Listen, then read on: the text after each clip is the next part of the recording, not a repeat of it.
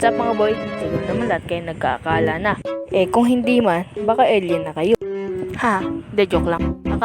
Kala mo ika-crash back ka niya. Ang cool mo naman. Sana ikaw gumawa ng script. Joke lang he. Yung bata ko, ang dami kong akala. Kala ko dati ito si Santa Claus. May nagsabi sa akin kapag nasugatan ka daw, sipsipin mo daw yung dugo mo. At dahil utu-utu ako, ginawa ko nga.